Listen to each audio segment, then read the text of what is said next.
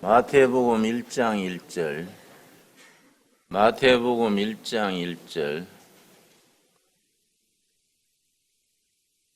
마태복음을 왕으로 오신 예수님을 중심으로 삼습니다.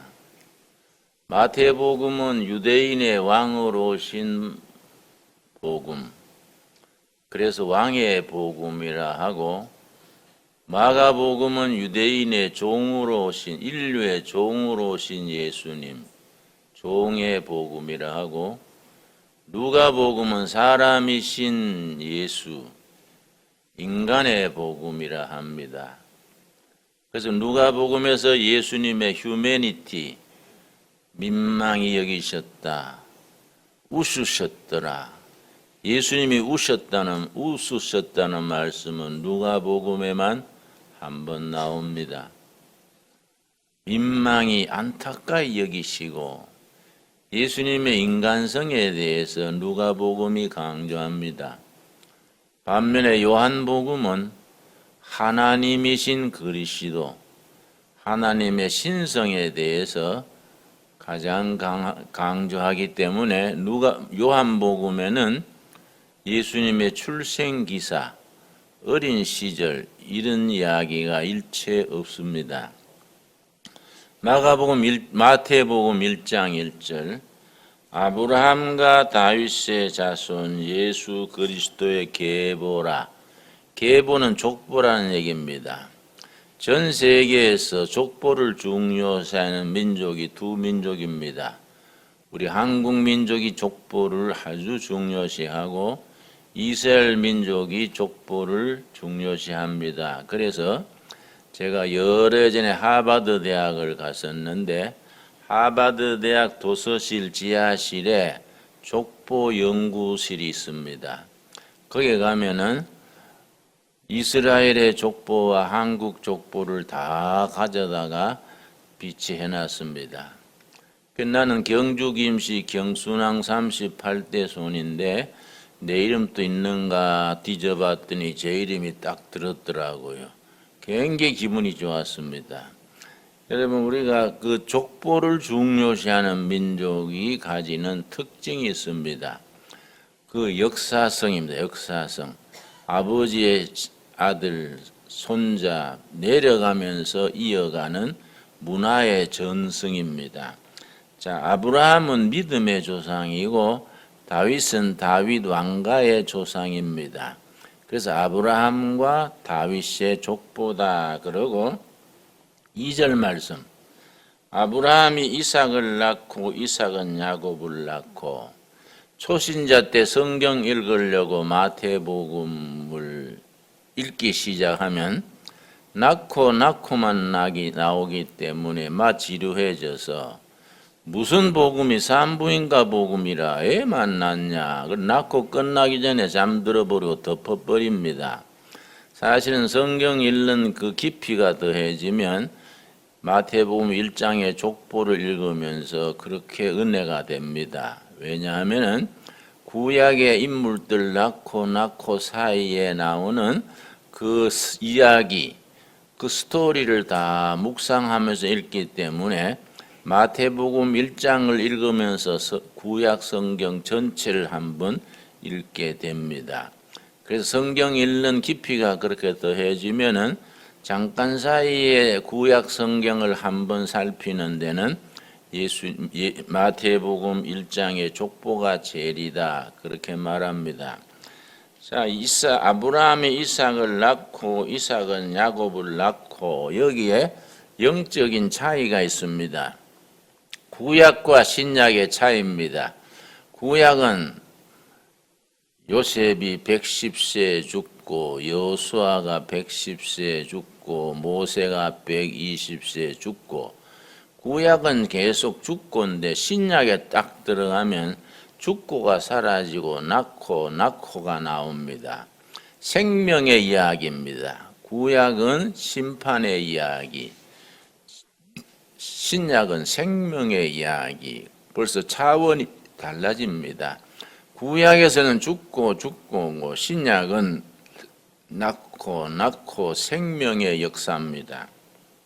그래서 아브라함은 이삭을 낳고 이삭은 야곱을 낳고 이 자체가 신앙의 역사적인 전승, 아버지의 신앙이 아들에게, 어머니의 신앙이 딸에게 대를 이어가서 전승되는 신앙입니다. 그 역사를 중요시하는 역사성, 역사의식입니다. 기독교 신앙의 핵심 중에 하나가 역사의식입니다. 우리가 좋은 신앙이라면은 바람직한 신앙, 좋은 교회는 세 가지를 갖추었을 때의 좋은 신앙입니다. 첫째는 예수님과 나와의 인격적 만남의 관계, 복음적 신앙입니다. 복음적 신앙. 영어로 표현할 때는 이반제리칼 그러는데 한국 교회에 저력이 있습니다. 한국 교회가 이러니 저러니 말도 많고 요즘은 주춤하지만은 한국 교회의 아름다운 전통이 복음적 전통이 강합니다.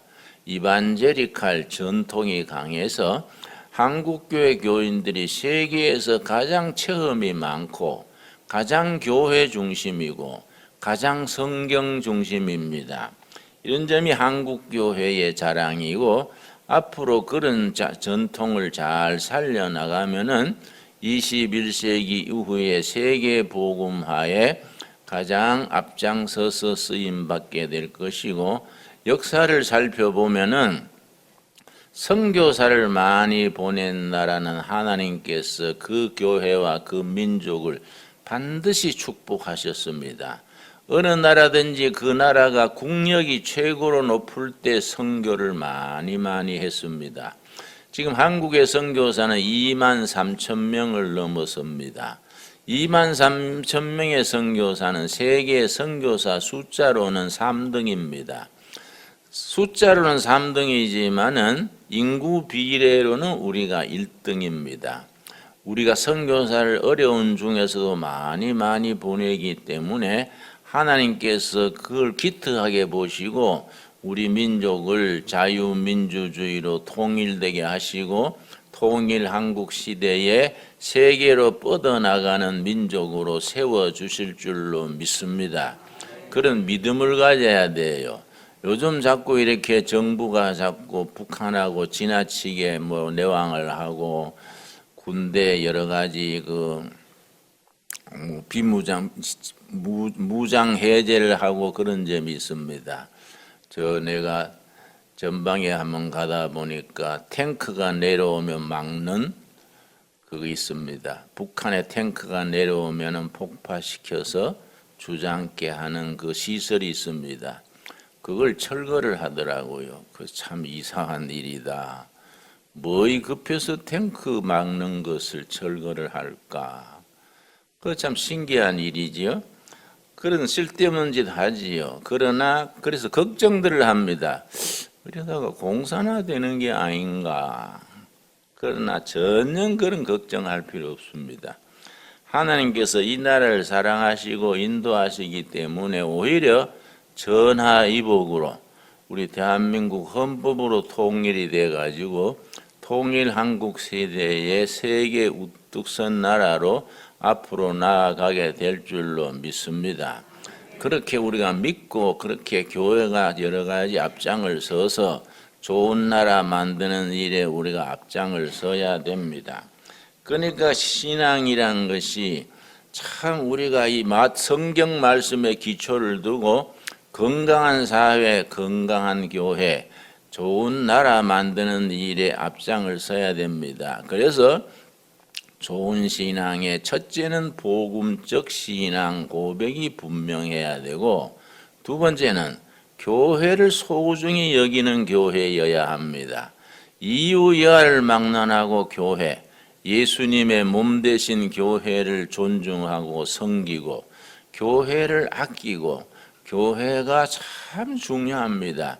자기가 속한 교회에서 지성을 다해서 섬기는 것이 중요합니다. 그런데 우리가 신앙생활에 좋지 않는 단어가 있습니다. 예배 보러 간다. 예배를 보고 온다. 예배는 보는 게 아닙니다. 예배에 참여하는 거이고 하나님께 예배를 드리는 거이지요. 목사와 장로님들이 예배를 인도하고 교인들은 와서 예배 보고 갚버리는 것처럼 생각하면은 그게 진정한 예배가 될 수가 없습니다. 예배의 진정한 의미는 참여입니다. 참여. 그 예배 하나님 앞에서 우리가 예배에 참여해서 예배가 축제가 돼야 됩니다. 그래서 요한복음에는 7가지 이적이 나오는데 7가지 이적 중에 첫 번째 이적이 가나 혼인잔치에서 물이 포도주로 변한 이적이 첫 번째 이적입니다. 그래서 성경학자들은 해석을 합니다. 왜 7가지 이적 중에 혼인잔치 이적이 맨 먼저 나왔을까? 교회는 결혼식장이다. 결혼식은 혼례를 올리는 결혼식 하는 곳이지 장례식장이 아니다. 교회는 결혼식의 분위기를 항상 띠고 축제가 있어야 한다. 그렇게 해석을 합니다. 자, 마태복음 1장에서 나오는 족보 중에서 특이한 사항이 있습니다. 우리 경주 김씨 족보나 다른 나라 족보에 전혀 없는 상상하지 못하는 족보 내용이 있습니다. 여인이 4명이 나옵니다. 4명의 여자가 다 하자가 있는 여인입니다. 마리아 외에는 다 흠이 있는 여자입니다. 이방 여자거나 무슨 흠집이 있는 여자인데 우리 경주 김씨 족보 같으면 그런 여자는 다 빼버립니다. 읽어보면 누구는 영의정했고 누구는 좌의정했고 이런 얘기만 나오지 그 자기 가문에 허물이 되는 얘기는 절대로 안 씁니다. 근데 예수님의 족보에는 그런 어떻게 보면 부끄러운 이야기 같은 걸 다 기록해 놓습니다. 이 점이 굉장히 중요합니다. 우리가 성경을 이해하는 데 있어서 이런 점을 주의 깊게 살피고 우리 생활에서 위로를 받아야 됩니다. 먼저 3절 유다는 다말에게서 베레스와 세라를 낳고 다말이 유다의 아내입니까? 아시는 분 계십니까? 며느리입니다. 며느리. 시아버지가 며느리에게서 아들을 둘을 낳았습니다. 어쩌다가 1명 낳는 건 또 몰라도 2번째 아들까지 낳았습니다. 여기에 아주 영적인 의미가 있습니다. 내가 어릴 때 경북 청송에 시골서 살았는데 아들이 군에 간 사이에 시아버지가 부엌에서 며느리 손을 잡았습니다. 며느리 겨울에 추운데 손스럽겠다고 아가야 그렇게 추워서 어떡하냐 하고 손을 잡아줬는데 그걸 동네 사람들이 보고 그 조씨 양반 동네라서 그걸 누가 보고서는 그걸 생피 붙었다 그래요. 시아버지가 며느리 손잡았다고 동네 아주 인민재판식으로 동네 아주 재판이 열려가지고 멍석말이를 했습니다. 멍석에 할아버지를 둘둘 말아놓고 온 동네 사람이 그리 밟고 지나가는 겁니다. 며느리 손잡았다고. 그러고서는 그 집을 동네에서 쫓아내고 그 사람들의 우물을 돌로 다 막아버렸습니다. 거기에 비하면 이건 택도 없는 소리지요. 어떻게 시아버지 유다가 며느리에게서 아들을 둘을 낳습니까? 이거는 인간의 윤리와 모든 도덕을 넘어서는 생명의 이야기가 있습니다. 그 다윗으로부터 아브라함 다윗으로부터 내려오는 그 정통 속에서 훗날 메시아 그리스도가 태어나게 됩니다. 그리스도가 태어나는 그 생명 역사를 가장 우선시 두는 겁니다. 다른 인간의 무슨 윤리나 도덕을 넘어선 생명을 이어가는 그 역사가 가장 우선순위 1번이기 때문에 이렇게 유다의 아들이 비명 행사, 아들을 낳기 전에 죽었습니다. 그래 혼자 있는 며느리가 아기를 낳을 길이 없으니까 다른 가문의 사람을 들일 수는 없고 시아버지가 그 원칙을 따라서 며느리와 그렇게 관계를 해서 아들을 낳게 됩니다. 그 다음 3절 말씀. 살몬은 라합에게서 보아스를 낳고, 라합은 어떤 여인입니까? 저기 이방 여인입니다. 라합이 말하자면 요즘 말하면 물장사라 그러지요. 어느 성이지요? 이스라엘 가나안 진공할 때 그 첫 성을 공격할 때에 거기에서 여간집 주인이라 할까요? 술집 주인이라 할까요? 거기에 이스라엘 정보원 정탐꾼 2명을 숨겨줬습니다. 그걸로 이스라엘이 그 성을 함락할 때에 그 사람을 살리고 보호해서 당당히 예수님의 족보에까지 올라갔습니다. 우리 같으면 그런 이방 여인은 그런 출신도 조금 분명치 않는 여인을 빼버릴 낀데 성경은 당당히 넣어 놓습니다. 그 다음에 6절 말씀. 이새는 다윗 왕을 낳으니라. 다윗은 우리아의 아내에게서 솔로몬을 낳고, 우리아의 아내 자기 남편을 다윗 왕이 죽게 하고 그 아내를 뺏어서 그렇게 솔로몬을 낳았던 우리아의 이야기입니다. 그 중에 또 5절입니다. 살몬은 라합에게서 보아스를 낳고, 보아스는 루세께서 오벳을 낳고, 오벳은 이새를 낳고, 이새는 다윗 왕의 아버지지요. 그 다윗 왕의 아버지의 할머니가 룻입니다. 룻이 정상적인 이스라엘 여인이 아니지요. 모압 여인입니다. 이방 여인이지요. 이스라엘 전통에서는 이방 여인과 결혼하는 걸 금하고 있는데 예수님의 족보에 모압 여인을 할머니로 모시는 겁니다. 이런 걸 뭘 말해주냐? 성경은 인간의 약점과 허물과 인간의 실수를 있는 그대로 받아들이는 겁니다. 모범적인 이야기만 쓰는 게 아니고 사람이 살아가면서 어쩌지 못해서 실수하는 거, 어떤 약해서 실수하는 거, 이런저런 사연으로 인간이 범하는 과오와 실수와 허물에 대해서 있는 그대로 받아들이는 것이 성경입니다. 나는 성경 읽으면서 이런 부분이 굉장히 위로가 돼요. 한평생 살다 보면 실수도 하고 허물도 하고 범하고 부끄러운 일이 많지 않습니까? 성경 그걸 그 있는 모습 그대로 받아들입니다. 그래서 잘난 것만 쓰고 아름다운 것만 쓰는 게 아니라 보기 안 좋은 것도 실수한 것도 허물도 어쩌지 못해 빗나간 것도 다 있는 그대로 하나님은 인정하시고 그런 역사를 통해서 메시아가 태어납니다. 그래서 우리가 하나님 앞에서 다 비추어 볼 때 다 부끄러운 점 있고 다 하자가 있고 다 허물이 있지 않습니까? 그걸 가리우려고 되는 게 아니고 하나님 앞에 있는 모습 그대로 가지고 나와서 인정받고 용서받고 하나님께 받아주시는 거기에 감사할 수 있게 되기를 바랍니다. 자, 17절 말씀.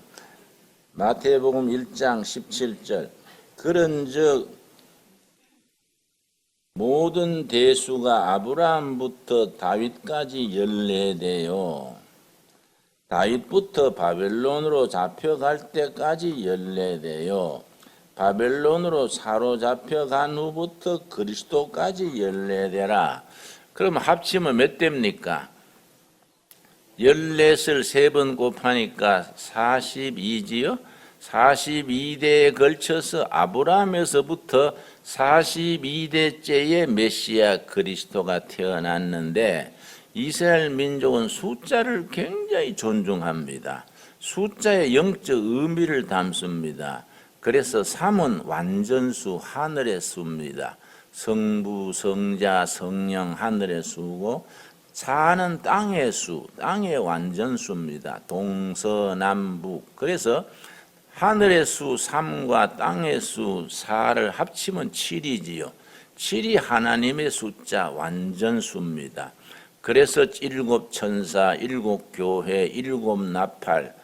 그런데 7에서 하나 빠지면 6이지요. 6은 사탄의 수입니다. 그래서 요한계시록에 사탄의 두목을 666이라 그러죠. 666. 666은 사탄의 수입니다. 그러니까 완전수에서 하나 빠지는 6이 사탄의 수, 즉 그리스도를 상징하고 7은 하나님을 상징하고 하늘의 수 3과 땅의 수 4를 곱하면 12입니다. 3, 4, 10이지요. 그거는 이제 12제자, 12문, 12지파 이렇게 나갑니다. 그래서 숫자를 굉장히 중요시합니다. 그런데 예수님이 아브라함 때부터 14, 다윗까지 14대, 다윗에서 바벨론에 끌려갈 때까지 587년입니다. 바벨론에 포로 끌려갈 때까지 14대, 바벨론에서 돌아와가지고 그리스도가 태어나까지 14대, 42대를 거쳐서 메시아가 태어났는데 민수기 33장 5절을 한번 찾아보겠습니다. 이스라엘 백성들이 6월절을 지나고 애굽 땅을 떠나가지고 가나안에 들어올 때까지 진친 곳이 딱 42곳에 진을 쳤습니다. 민수기 33장, 구약성경 민수기 33장에 보면은 이스라엘 백성들이 광야 40년 동안에 진쳤던 곳이 딱 42곳입니다. 42번째 가나안 땅으로 진입을 했습니다. 자, 민수기 33장입니다. 33장 5절 말씀. 5절. 이스라엘 자손이 람셋을 떠나, 람셋에서 강제 노동하던 왕의 피라미드를 짓고 왕궁을 짓던 자리가 람셋입니다. 람셋을 떠나 숫곳에 진을 치고 맨 처음 진친 곳이 숫곳입니다. 숫곳이란 말이 임시 거처 그런 뜻입니다. 천막, 임시 거처, 숫곳에 진을 치고 6절 숫곳을 떠나 광야 끝 어디에 진쳤습니까? 에담에 진을 치고 이렇게 해서 진친 곳이 계속 나와서 49절 말씀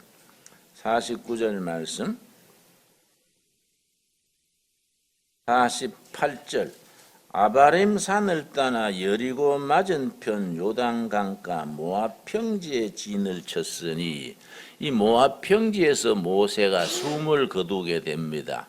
모세가 숨을 거둔 뒤에 한 달 뒤에 모압에서 떠나서 요단강 건너서 42번째 가나안 땅으로 들어갑니다. 49절 요단강가 모압 평지의 진영이 베디어시못에서부터 아벨시딤까지 이르렀더라. 거기서 드디어 가나안 땅에 진입을 했습니다. 이 숫자가 딱 들어맞게 42곳에 진을 치고 가나안 땅에 들어갔습니다. 그래서 이 성경이 우연히 이렇게 쓰여진 게 아니라 다 숫자 자체가 영적 의미를 가지게 됩니다. 자, 마태복음 2장에 들어오겠습니다. 마태복음 2장. 이 성경을 읽으실 때에 이런 부분의 의미를 부여해서 좀 더 영적인 안목을 가지고 깊이 읽어야 됩니다. 마태복음을 나중 쓰여졌는데 복음서에서 맨 먼저 쓰여진 복음은 마가복음입니다. 나중에 마태복음이 쓰여졌는데 왜 첫 번째 배치했느냐?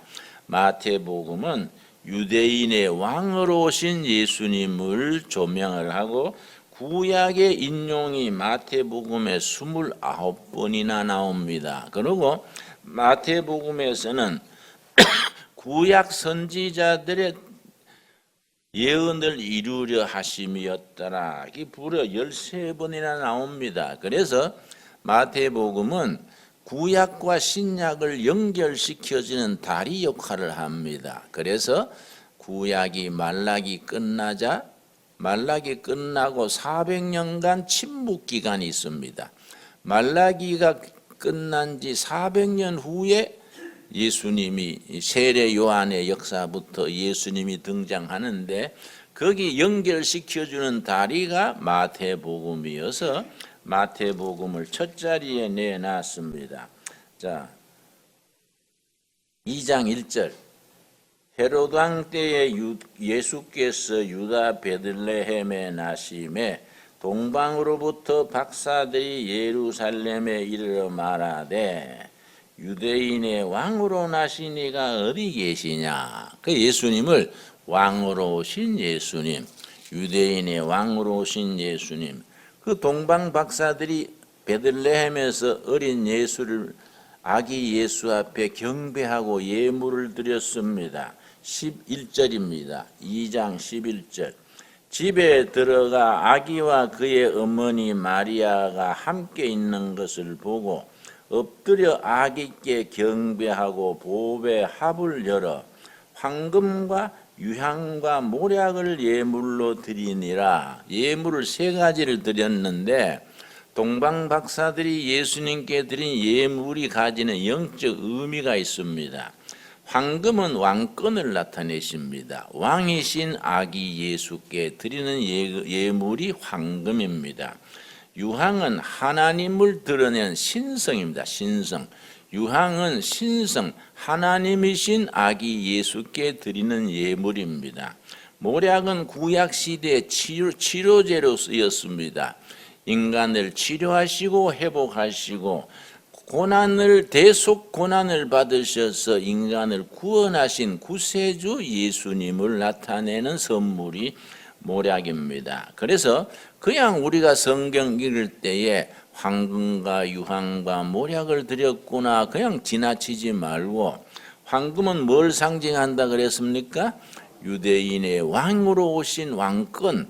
유향은 뭐입니까? 하나님이신 그리스도. 모략은 뭡니까? 자신이 고난당하셔서 믿는 자를 구원하시고 치료하시고 회복하시는 구세주 예수님을, 메시아 예수님을 상징을 합니다.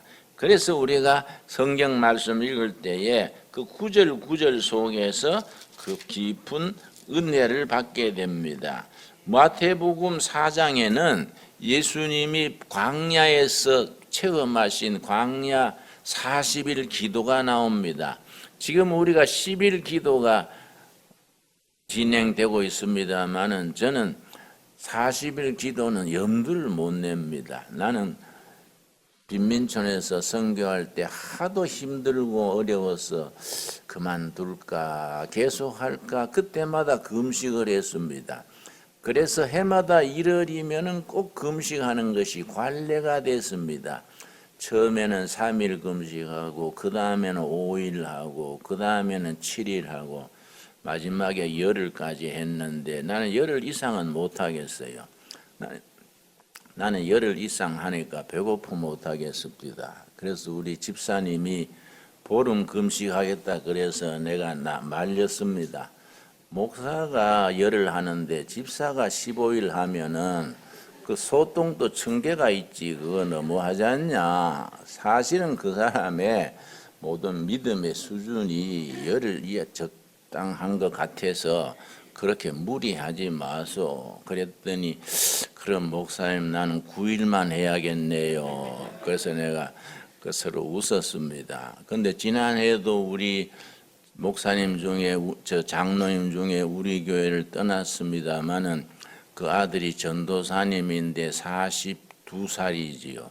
42살 된 전도사님이 개척교회 하다가 부흥이 안 되니까 40일 금식하다가 27일째 죽었지 않습니까? 알고 계시지요? 그래 죽어놓으니까 광고도 못 하더라고요. 그게 뭐 굶어 죽은 것도 아니고 순교도 아니고 그 금식하다가 27일째 죽었으니 그거 참 낭패지요. 내 친구 목사도 우리 신학교 동기생이 40일 금식하다가 38일째 죽었습니다. 그 장례식에 갔는데 그 참 딱하더라고요. 그래도 30 한창 나이에 금식하다 죽었으니 사모가 넋을 잃고 있습니다.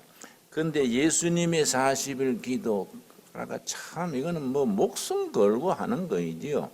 특별한 환경에서 하는 거인데 우리 한국교회는 요즘은 좀 덜합니다만은 해마다 40일 금식하다가 죽는 사람이 꼭 몇 명씩 나옵니다.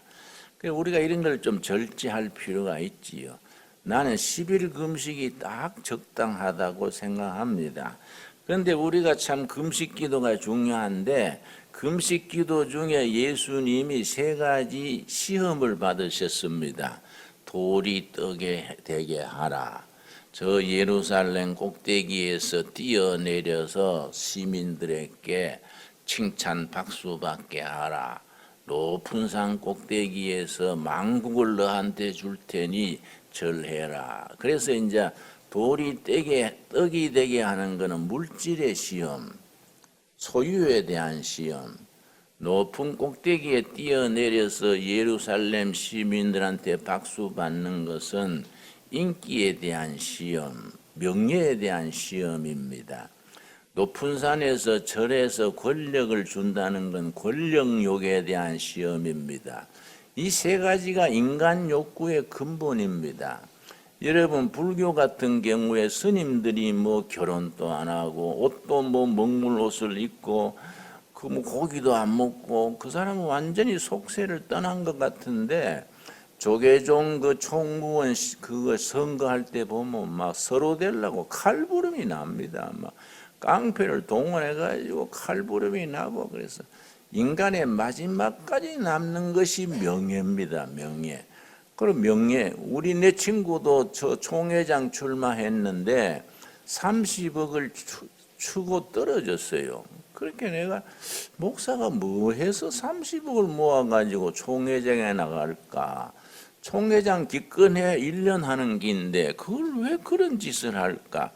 인간이 마지막까지 남는 게 명예와 권력입니다.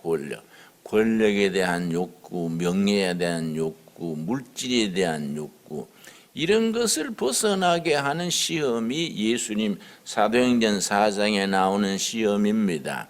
우리가 하필 금식을 하지 않더라도 신앙생활에서 물질에 대한 욕심, 명예에 대한 욕심, 그러고 권력에 대한 욕심 이런 데서 성령님의 도우심으로 벗어날 수 있는 하나님의 사람들이 되어질 수 있게 되기를 바랍니다. 그래서 예수님이 첫 번째 시험하실 때 3가지 시험을 다 신명기 말씀으로 막았는데요. 셋 다 신명기 말씀으로 물리쳤습니다.